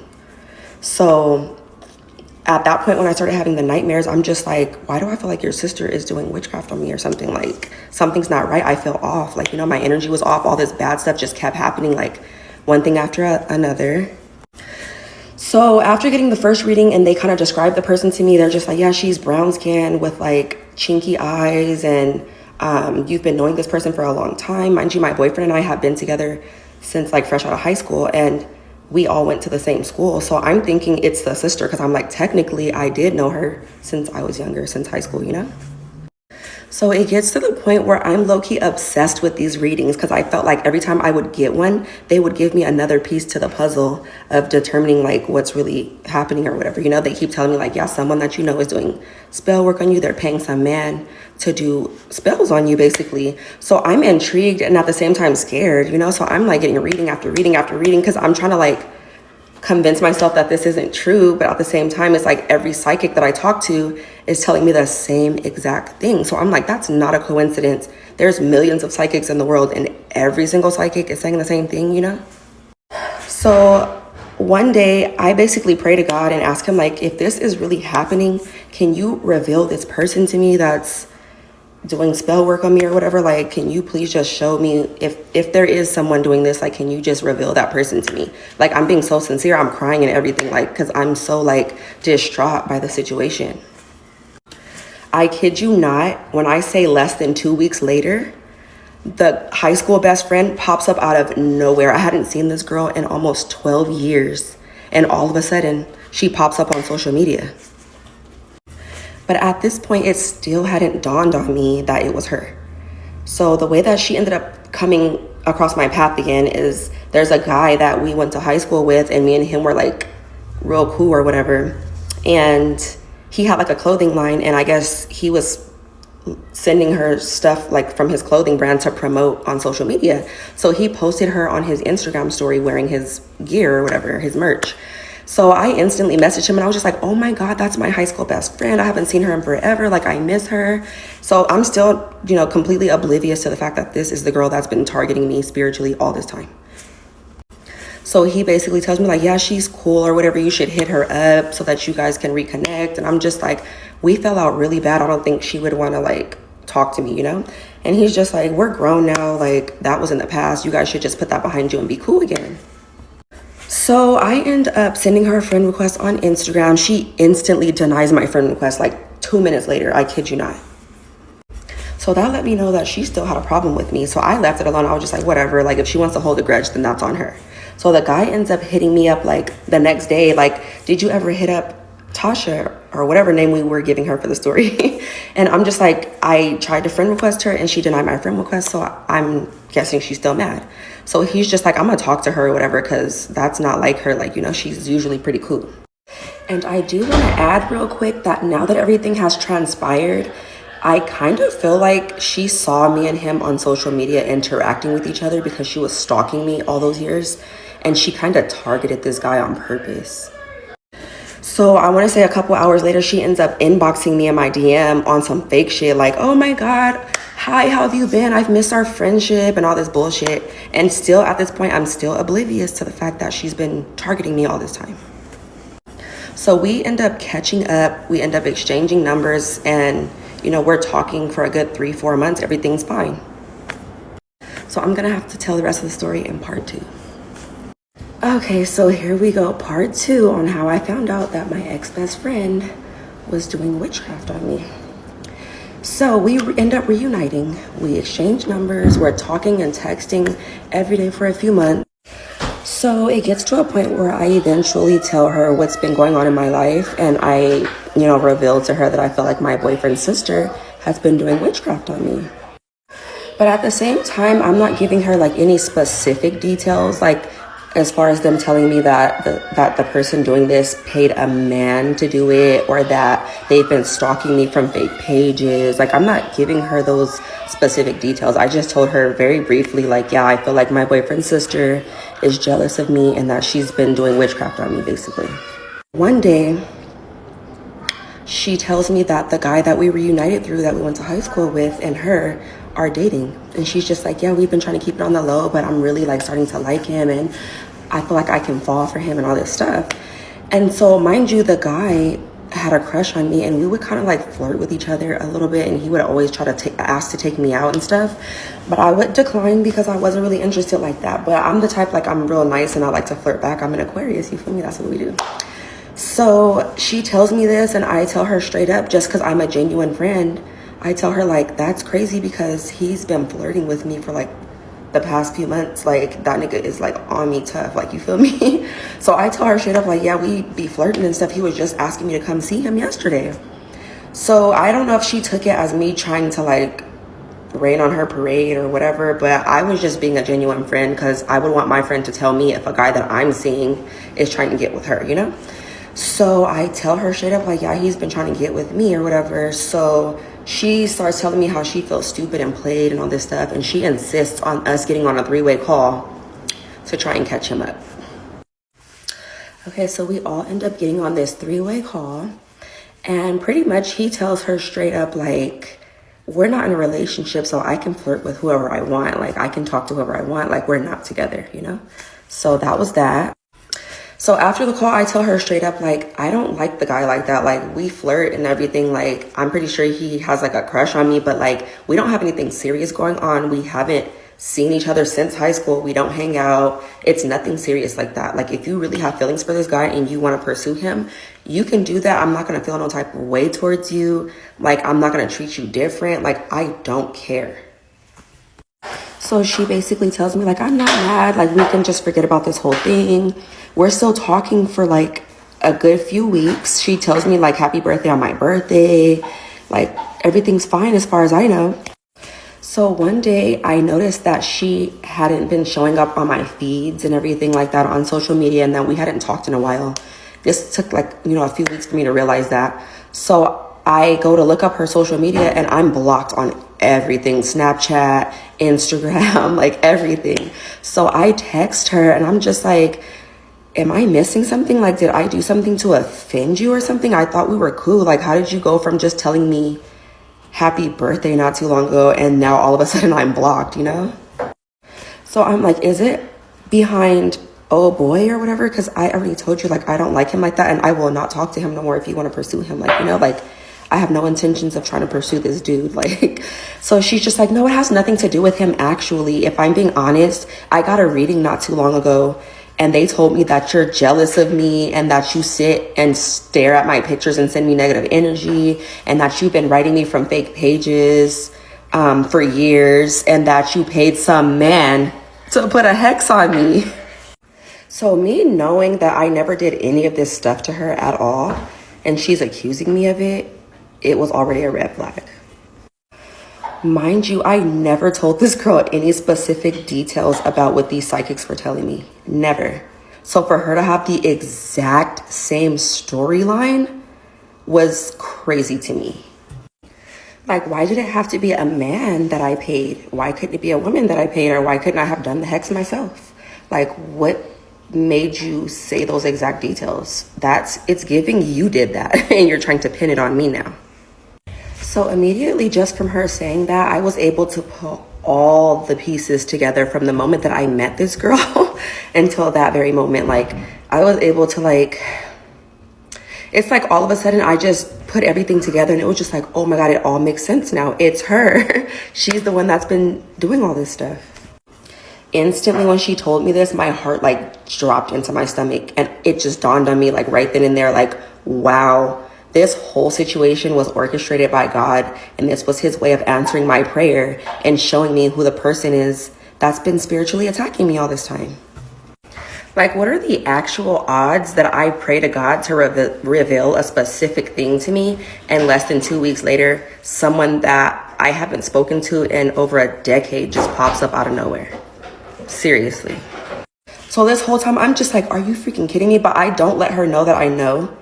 I just instantly go and block her on everything. I just left it alone at that point. Like, I didn't even care to prove a point to her or say nothing else. I just blocked her on everything and moved on with my life. So I want to say maybe like a few days later, the guy, the same dude that she's dating or whatever, ends up texting me like, hey, did you put a love spell on me? And I'm like, what is going on? Like, what is, like, why are you guys trying to like paint me as a villain or something? Like, where's all this coming from? Like, I'm not a witch, nigga. Like, I don't know nothing about that. Like, so at this point, it's really giving. She got scared when I initially told her about like me suspecting that my boyfriend's sister was doing spell work on me. And she panicked low-key and was just like, oh my God, does she know? And I don't know. I feel like she tried to like pin it back on me, like flip the script and like pin it back on me, like, and make me look like the bad guy to the dude she was dating because she saw me as a threat and felt like he liked me more than her or something. I don't know, but she tried to pin me as the villain and say that everything that she had been doing to me all these years that I was doing to her. Or hell, maybe she felt like I knew what she had done and she was trying to beat me to the punch and, you know, demonize me before I could tell him what she had been doing to me. And I feel like she really fucked up by doing that. She should have just made up a whole nother lie, because you saying that showed me that you were the culprit all along. So yeah, basically it was giving, she's the one that's been harassing me and spiritually attacking me and paying people to put hexes and spells on me, because how do you have the exact same details? And that's not even all the details like that she said. Like, I'm just trying to make the story as quick as possible and just give you guys the gist of it. But that is how I found out that this girl had been spiritually attacking me.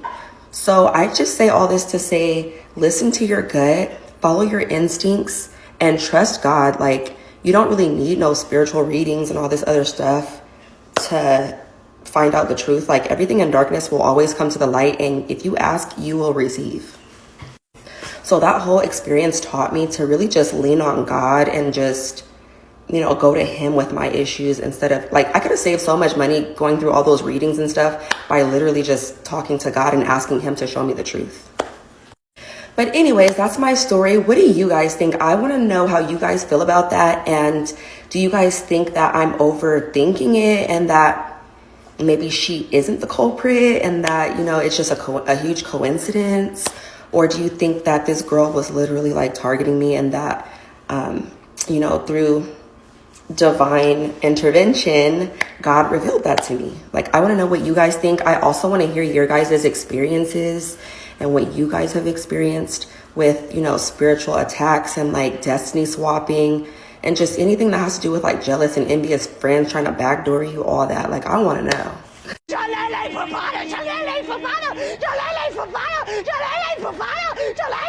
Okay guys, story time on the time that I actually fucking lost my mind over a man. And when I say lost my fucking mind, like, I'm not joking. This is the most desperate fucking thing I've ever done, and that says a lot coming from me, okay? And I've only ever told one person this, that person being my best friend, and I, with the exception of her, I thought I would take this to the fucking grave. But I'm obviously putting it out on the internet where my future employer can probably see this, but I don't care. I've stopped giving a fuck, and I consider all of us to basically be like besties. So like, literally get to know me while I tell you about the time that I did fucking voodoo to get a man to like me. Okay, so let's get into it. Okay, I'm gonna preface by saying that I really fucking like this man, and this man literally did not like me at all. Like, he did not fucking like me, but I was determined. I was like, no, this is something, like, we're meant to be. We're fucking, like, in my little, like, demented psychotic brain, I was like, no, we're fucking meant to be, and you can't convince me otherwise. So one day I'm fucking laying in bed, right, rotting, depressed as fuck, just scrolling on TikTok, like, why can't he just fucking like me? Like, I need him in my life, like, you know? And I can't even say this seriously. Like, this is so fucking bad. Like, what is fucking wrong with me? But anyway, I'm scrolling on TikTok and I come across this fucking video. And the video is like, you want him to like you? Make this honey spell jar and he will never be able to, like, leave you alone. And I was like, bet. You don't even have to say any more. Like, literally, what do I need? I was about to get out of bed and go to the fucking store. Like, I'm making this fucking jar. Like, what the fuck, okay? Like, I was like, let's do voodoo to get him obsessed with me. And instead of being a normal fucking human being and being like, oh, like, let me like ask him, like, maybe he does like me, maybe like we could like we could be a thing. No, I didn't ask him and never asked him. I was just like, no, honey spell jar is perfect. So the video is like, all you need is honey, fucking herbs, like oregano, tarragon, like herbs, pen, paper, and like tranquil music and a jar. And I was like, shit, I have all of that right now. I don't even need to go to the store. So I run my ass to the kitchen cabinet and I'm getting all the fucking spicy herbs, okay? Like, I'm getting all the herbs. Like, we're about to make some fucking like soup. We're not about to make soup. We're about to literally dabble in fucking witchcraft. I can't say this serious. So I get all of the equipment. I'm done being depressed. Like, I'm like, it's time to, we're gonna get this job done, okay? Like, I'm gonna do this and he will never be able to leave me alone. It didn't work.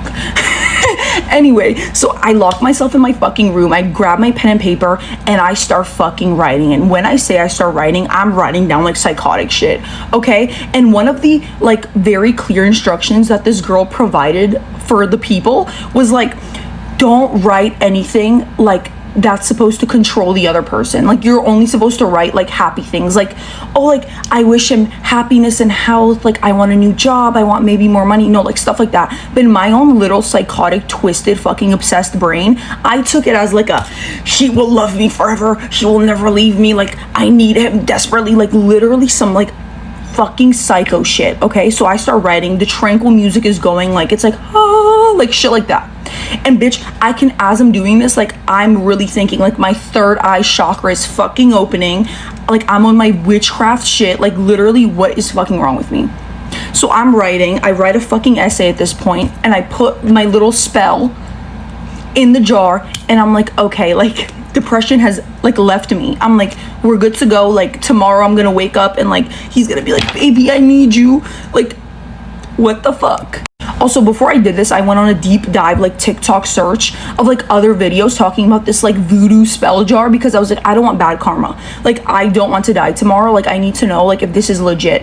And of course, all the videos I saw, and me also being very like delusional at this time in my life, all the videos were like, no, like, girl, it'll work, but you have to make sure. And when I say this is my downfall, basically, they were like, you have to make sure that, one, you get basically like an ancestor of one of the witches or something that invented this voodoo spell to give you like permission to do this. And if you can't get permission, like, don't do it, or like buy it off somebody like on fucking Etsy or something. And I was like, bitch, I don't have time to get permission. I don't have time to wait for like the Etsy shipping. Like, I need him obsessed today, okay?